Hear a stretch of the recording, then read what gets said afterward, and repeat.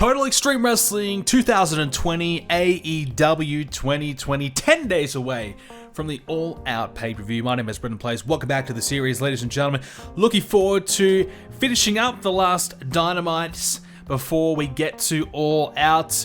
And today should be interesting. We got some new debutantes that we're going to start debuting and bringing into our product.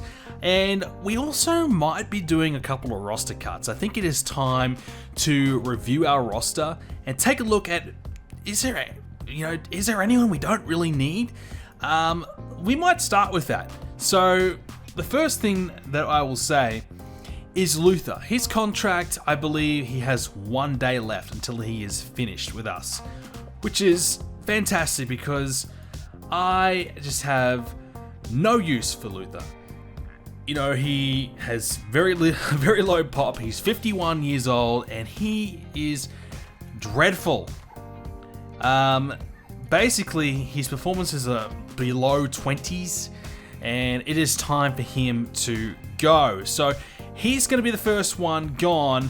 Some of the others that we're going to look at, and we'll take a look at more specifically the wrestlers. We know Shima. He's going to be heading out. He probably would have been okay to keep around, but, he got a deal with, I think it was New Japan, so he's on his way out. Some of the other ones, I could see that there's a few people that we're not really using. For example, El Lindemann. I think he might be one that we might let go as well. Especially if Shima's going, there's no point keeping him around. So, at the moment, he's just on a pay-per-appearance deal. So it's not a big deal if we were to lose him at all. So we might seriously consider moving him on. So yeah, he's on a handshake deal for $160 per show. I think we will release him. I don't believe we've used him once. So El Lindemann, it is time to go. Goodbye. The reason why we're going to do some roster cuts is because obviously we are losing money. We're currently bleeding money every single month. And whilst guys like El Lindemann is not going to really fix the budget, it is a start. We've got a really loaded roster. There's plenty of guys here that we don't really need. So we're going to take a look at that and maybe think about the roster cuts when need be. So someone else, for example, Pineapple Pete.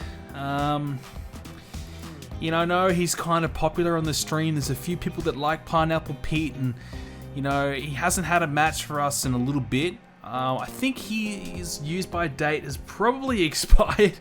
I don't think he's got much of a place for us. Maybe we'll keep him for a little longer. We haven't even used Sabatino yet, but I'm nearly even thinking about letting him go just because I'm not sure if he's really long for the job.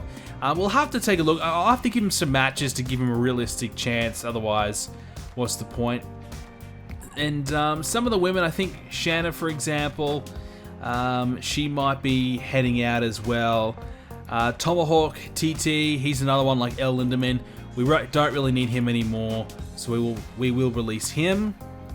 Yuka Sakazaki, we're not really using her, but I think she's a decent worker, and you can see she's had a lot of matches and performing okay overseas. So yeah, she's still wrestling plenty.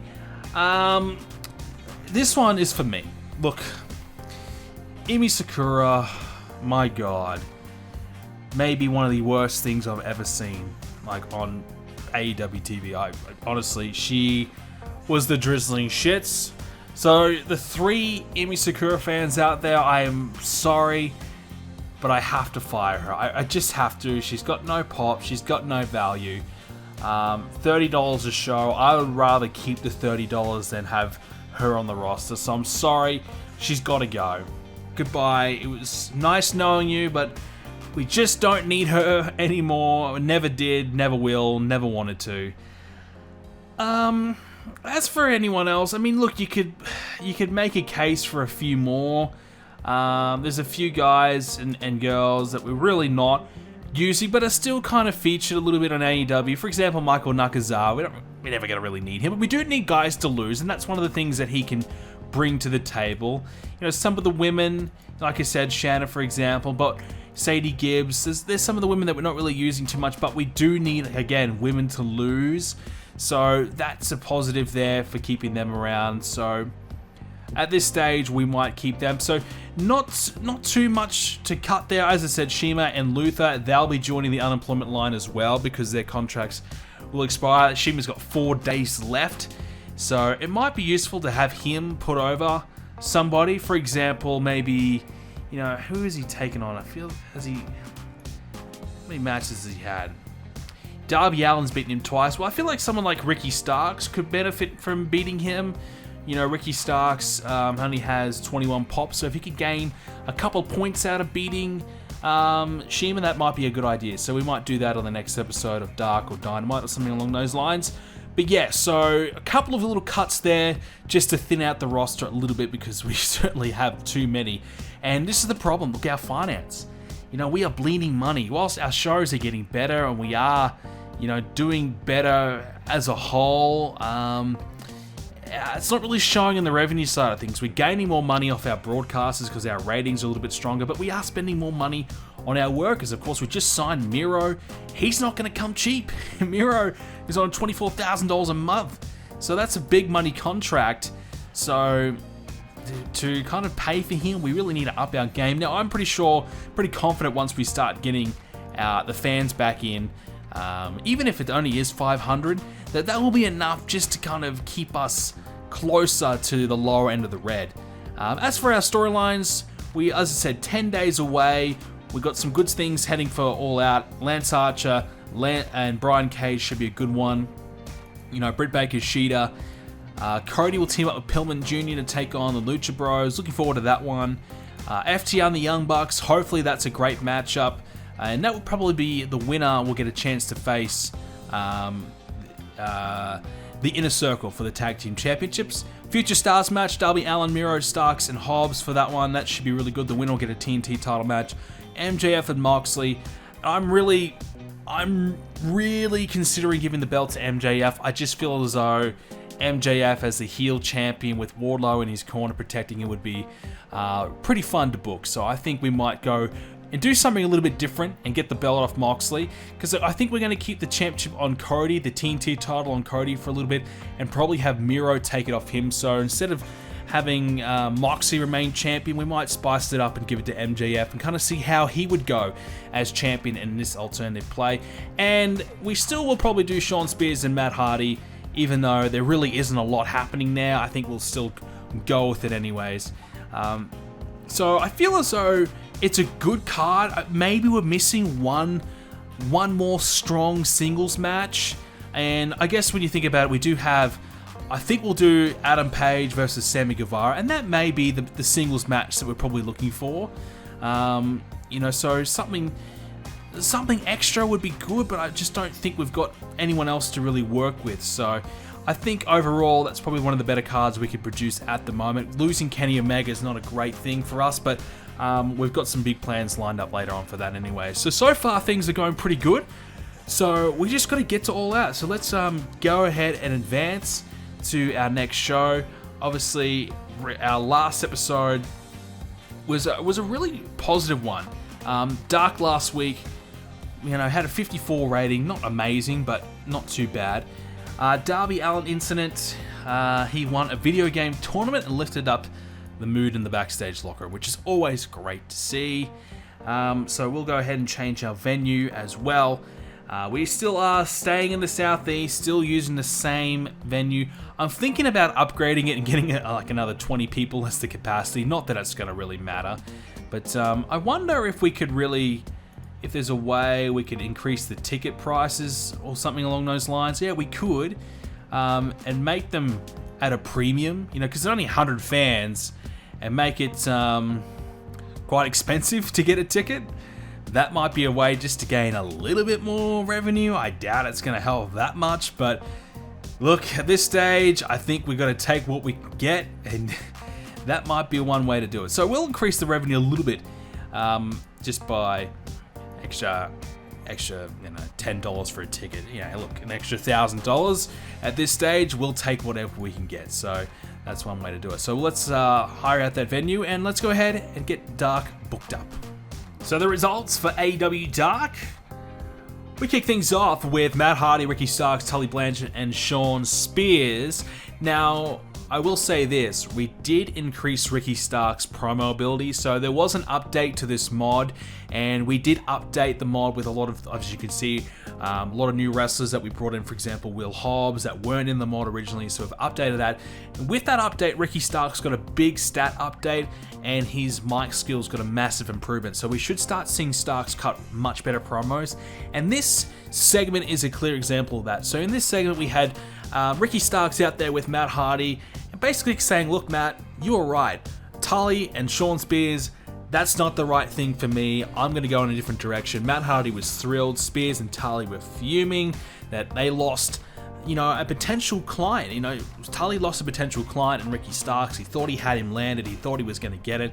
So Matt Hardy interfering in that. Starks is going to go in a different direction. So at the moment, Ricky Starks is a babyface.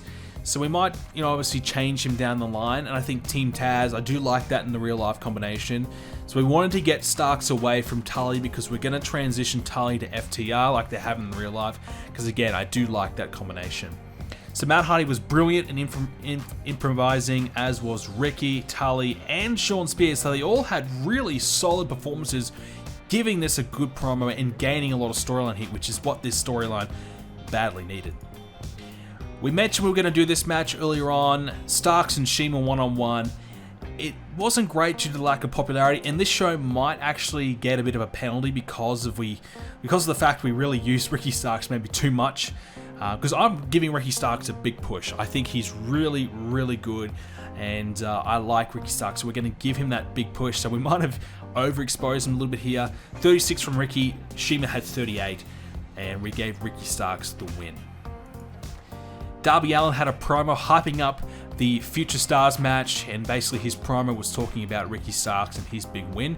So that kind of started that new storyline that we just had, and Darby Allin 46. So we haven't used Darby Allin all that much and all that well, so I think he's someone that we should be trying to really hone in on and get him over as well and really boost up our mid-card. Brody Lee cut a promo on Luchasaurus for 48. I figured, we needed to do something a little bit more with the Dark Order storyline, and I would probably assume Brody Lee and Luchasaurus would be a strong match to do. I'm not going to do it at All Out because that way we've got two big men matches, and that would kind of take some steam out of Lance Archer and Brian Cage if we were going to have Brody Lee and Luchasaurus, and I've got no doubt Archer and Cage would be a much better match. So we might save that for a Dynamite down the line, and instead maybe do some sort of a tag match, or maybe Jungle Boy versus Brody Lee, or something like that. I don't know, something a little bit different. But 48 from Brody Lee, trying to boost the storyline there. Hikaru Shida took on Rebel, or Reba, whatever you want to call her, for 40. Shida 53, Rebel 15. And we had Britt Baker on commentary as well, boosting that storyline between Baker and Shida. So we gave Shida the win, of course, and that match was always going to happen, always going to come. But I figured, we'll do it on Dark, and maybe we'll try and follow up with a strong segment if we can on Dynamite. Will Hobbs, we had a hype video for him hyping up his debut, and that was a 41 rated segment, which is quite surprisingly good for Will, which is very positive. Hopefully his debut can do something really good along those numbers. And our main event was FTR versus the Superbad Death Squad. Somebody that I did forget to fire was Jimmy Havoc, so I figured let's give him a match or two and then get rid of him. So Cash Wheeler 58, Dax Harwood 57, Havoc 43, Sabian 40, and we did give FTR the win. So we do have a bit of an issue with Tully managing Dax and Cash, but we will on Dynamite do the turn with FTR, having them join Tully Blanchard and go in the different direction. So we will make that happen and have that, I guess, that big turn on the Young Bucks and that big segment finally happen on Dynamite. So we'll do that up next. So that was the main event. Starks was slightly overused. Yeah, we expected that. So an overall of 41 for Dark, which is okay, not too bad. Last week we had our best ever Dynamite of a 71 rated show. We had MJF beat Cassidy in the main event. We also had Inner Circle versus SCU. That was the best match on the show. So we had a lot of good stuff. So we're hoping that we can follow up, that Dynamite with another good one. Another 70 would be really, really great. So we might need a big main event to finish, to make that happen. So maybe John Moxley in the main event of some sorts might be the way to go. Maybe Moxley and Wardlow, even though I don't really want to have Wardlow lose. It might be an idea. I don't know if Wardlow would really give us that great of a result, but we'll have to wait and see. So we'll have a think about it and we'll come back with the results. Okay, so we've got an extended version of Dynamite booked with a few pre-show matches to open things up. So let's go ahead and take a look at how we performed. We opened up the show with an 8-man tag team match. Private Party and Best Friends took on Sabatino, Shima, and Superbad Death Squad. So a couple of guys that we're looking to get rid of on the heel side of things there. Sabatino got a bit of a negative review. The fans weren't really interested in seeing him, but everyone else did okay. Taylor 52, Trent 53, Mark Quinn 47, Isaiah Cassidy pretty good at 52, Shima 40, Kip Sabian 46, Havoc 51, and Sabatino 31. So Sabatino a little lower than what we were hoping for. 52 overall. So not a bad match to get things happening.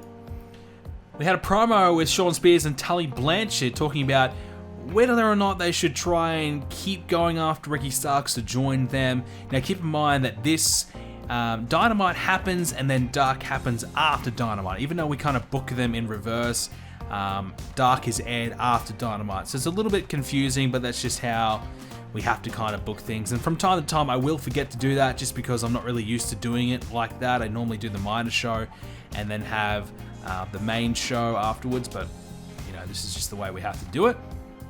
You normally have the minor show on a separate day rather than... And look, honestly, that might be the better way to go. Just have the minor show on the Tuesday and just book it then. Otherwise, it will get a little bit confusing. But obviously, you know, we would need to have two separate days, two separate crowds, things like that. So that's when it gets a little bit tricky. Nonetheless, 41 rated for that segment. Shanna and Ivelisse, not a bad match. 47 rated. That is pretty good. Shanna 36, so she's not too bad. Ivelisse was brilliant, 48. So definitely looking at our women's division, we got Sheeta, Britt Baker, who's more of the talker of the division, Ivelisse Diamante. Now we have Thunder Rosa. And another person I'm thinking maybe could join those ranks would be Serena Deeb. So we've got 6 women that I really see having a strong future. And Nyla Rose, you could mix in as the big monster of the division. And Riho as well, if we bring her back. More of an international flavor. So to spice things up, I'm just going to mix it in a little bit there. So maybe 6 to 8 women that we can really kind of build this division around, focus in on, and try and get these women happening. Chris Statlander maybe is an outside chance as well. I don't mind her. We've got her in a storyline too. So there may be some hope for the women's division. Maybe.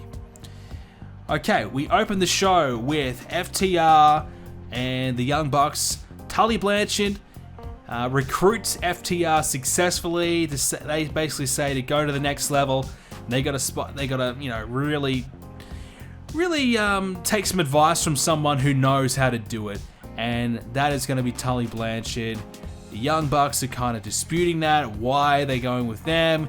And FTR attack the Young Bucks. So we do go with the turn of Cash and Dax, and hopefully that is successful and we kind of really kick off this feud with the Young Bucks and FTR. Now obviously All Out's not too far away, and we have been building towards this match for a while now, and it was already going to happen, so it's not as though this match hadn't really got a lot of steam behind it. It did, so we just hadn't had FTR turn heel officially just yet. So yes, I would like to... No, I want to make sure that they are turned. So turn him and turn him. Both successes there. So that is good for the FTR. And hopefully, a 65 rated segment is not bad. Hopefully that's enough to maybe get them a little bit of popularity as well. Okay, first match of the main card is Sami Guevara versus Scorpio Sky. We tried to steal the show with this match because obviously we have to get a steal the show match on the card. And I figured Sami Guevara getting a strong win over someone in the mid-card would be a good way to build him up heading into All Out with his match against Adam Page. So a 65 rated is very good. Guevara had a really strong performance. So that gives me hope that Adam Page and Sami could be around the 70 plus mark at All Out, which is quite exciting.